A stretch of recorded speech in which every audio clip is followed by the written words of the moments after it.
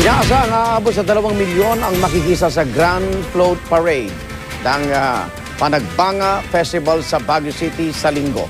Ang mga lalahok po dyan, puspusan na ang paghahanda. Saksi si Katati Bayan. Hanggang pagkagat ng ulit, todo pa rin ang pag-aayos sa mga float para sa Panagbenga Festival ngayong weekend.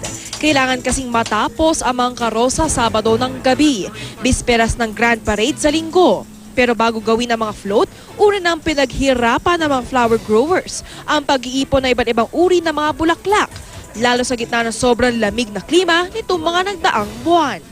Tiyak naman daw sulit lalo pag nakita na nila ang ngiti ng mga manonood sa taunang Grand Parade. Yung pagpupursigi siguro ng mga taga dito, ginawa pa rin namin ang best namin para lang maano yung tradition. Ang ating theme for this year is inspiring the community for a greener tomorrow. So this isn't just for the Baguio community, it's for everyone. Ang Kapuso Network may gazebo-inspired float na akma sa temang lunti ang kapaligiran ng Panagbenga 2014. Dito sasakay ang lead characters ng Carmela na sina Maren Rivera at Alden Richard.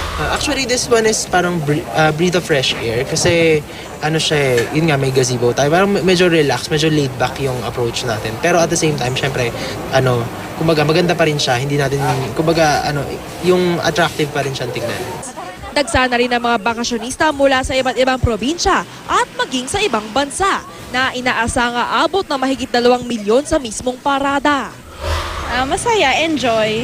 Actually, kaya kami nagbakasyon dito, tinaon talaga namin sa Panagbenga Festival. Malamig, siyempre, di ba? Hindi ko nga ini-expect na ganito pa rin kalamig despite na mainit na masyado sa Manila. Kaya naka-full alert na ang PNP sa mga daraanan ng float parade.